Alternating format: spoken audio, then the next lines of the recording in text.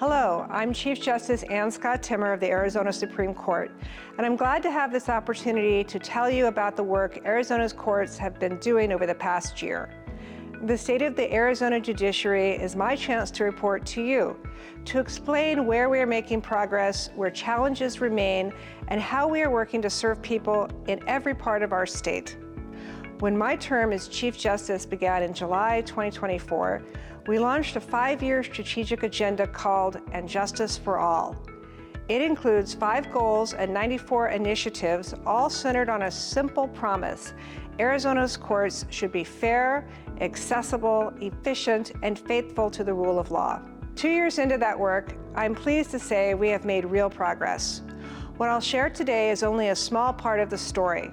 Across Arizona, judges, court employees, clerks, probation officers, attorneys, volunteers, and community partners are doing remarkable work every day, often quietly and without recognition. I'm grateful to them, and I hope these highlights give you a sense of what their efforts are accomplishing. Our first goal is expanding access to justice. That has long been a priority for Arizona's courts, and for good reason. A right has little meaning if a person cannot understand it, protect it, or find help when it matters.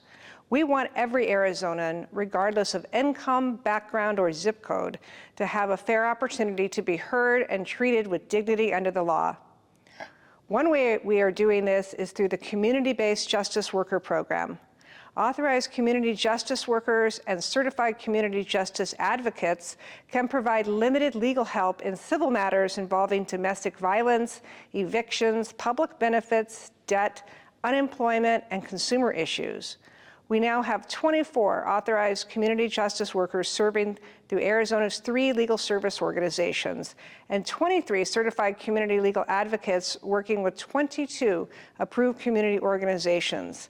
This means more people, especially in rural and underserved communities, can get reliable legal information and help closer to home.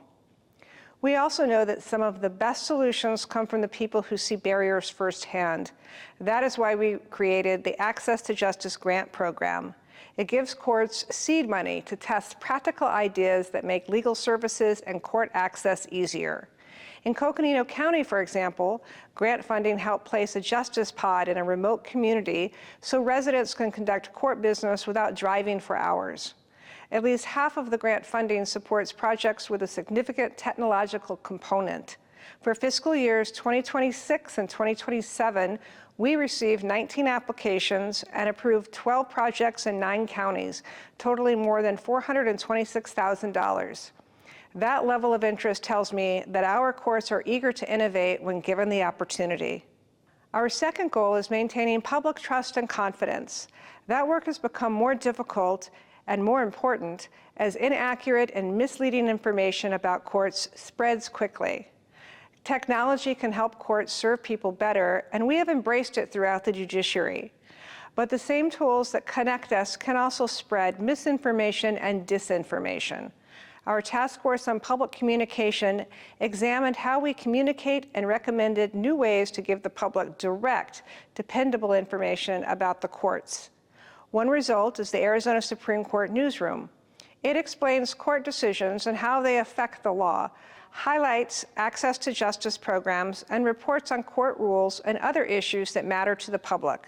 The newsroom includes video reports from Daniel and Victoria, our AI news presenters, reading scripts written and reviewed by the Supreme Court justices themselves.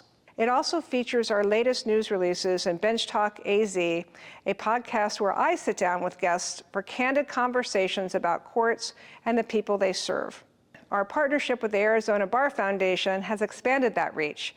Its legal resource websites are visited by millions of Arizonans each year, giving us another trusted way to share court news and connect people with useful information. Jury service is another important part of the public trust. For many people, serving on a jury is their closest look at the justice system in action. We want that experience to be understandable, respectful, and worthwhile. This year, courts and clerks across the state redesigned jury mailers to make them clearer and encourage participation. I got one myself when I was called for jury duty.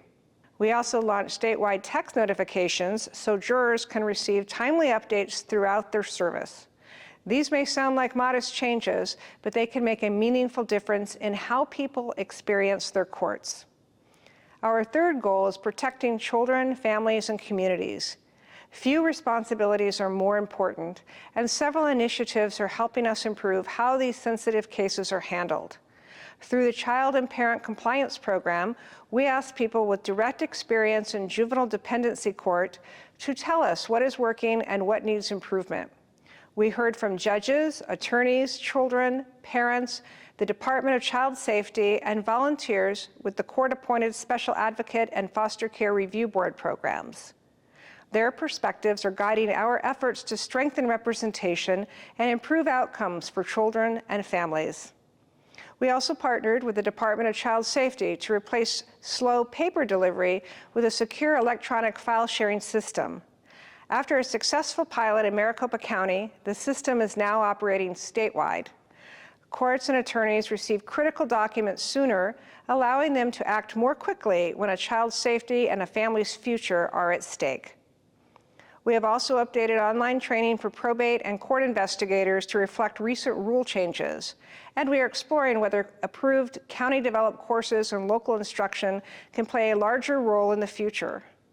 Local courts understand their communities and practices, and that experience can help keep training practical, current, and responsive. Our fourth goal is advancing excellence throughout the judicial branch. One part of that work involves case processing time standards. That phrase may sound technical, but the purpose is straightforward. Cases should move at a reasonable pace, and courts should know where delays are occurring. Superior Court administrators now regularly share this information with presiding judges and individual judges so they can identify problems and improve performance. Behind every data point is a person waiting for a decision, so timeliness matters. We also provided limited jurisdiction judges with training on managing driving under the influence cases and meeting established time standards. Resolving these cases fairly and without unnecessary delay supports public safety, strengthens confidence in the courts, and helps everyone involved move forward. Our fifth goal is advancing professionalism and leadership within the justice system. Two important parts of that work are addressing shortages of legal services and improving judicial education about mental health. Many Arizona communities are legal deserts, places where lawyers and legal resources are scarce. We have begun conversations with Arizona universities about part-time law degrees and other legal education programs that could open the profession to people who cannot follow a traditional path. This will take time, but building a stronger pipeline of legal professionals is essential to serving every part of our state. We are also expanding mental health training for judges. The training ranges from recognizing and responding appropriately when mental illness appears in the courtroom to handling the specialized issues that arise in individual cases. Our computer-based certification course for mental health experts in competency cases is now in its second year, and new experts continue to complete the program. Better knowledge leads to better decisions and to a justice system that responds more effectively and humanely. Before I close, I want to reflect on something larger than any one initiative. This year, our country marked the 250th anniversary of the Declaration of Independence. 250 years ago, our nation announced a set of truths that still challenge and guide us. That all people are created equal, that they possess unalienable rights, and that government exists to secure those rights, not the other way around. Anniversaries are not simply occasions to congratulate ourselves. They are opportunities to recommit. That spirit inspired our Rule of Law Day on February 12th, Abraham Lincoln's birthday. Courts across Arizona invited attorneys to retake their oaths of admission. Several hundred participated, including a larger than expected group at the state court building. Judges reaffirmed their judicial oaths at our annual conference, and attorneys again retook their oaths at the State Bar Convention. I was moved by the response. It reminded me that the desire to recommit to the Constitution, to the rule of law, and to service runs deep. This year's semi-quincentennial celebration has had its ups and downs. That's nothing new for our country. I remember our bicentennial in 1976. It was not a carefree or unified time. Watergate had shaken confidence in government. The country was still dealing with the aftermath of Vietnam, and the economy was struggling. Yet Americans celebrated because they understood the difference between leaders and institutions that sometimes fall short and ideals that remain worth preserving. Lincoln explained that equality was not declared because it had already been achieved. It was declared as a standard to be constantly looked to, constantly worked towards, and more closely approximated over time. His answer when the nation lost its way was simple: come back. Come back to first principles. Come back to equality under law. Come back to the rule of law. That is our charge in Arizona's judicial branch, and it is the purpose behind our and Justice for All strategic agenda. The accomplishments I've described belong to thousands of people across the state who believe that courts can always serve the public better. I am proud of their work, grateful for their dedication, and hopeful about what we will accomplish together in the coming years. Thank you for joining me for the 2026 State of the Arizona Judiciary.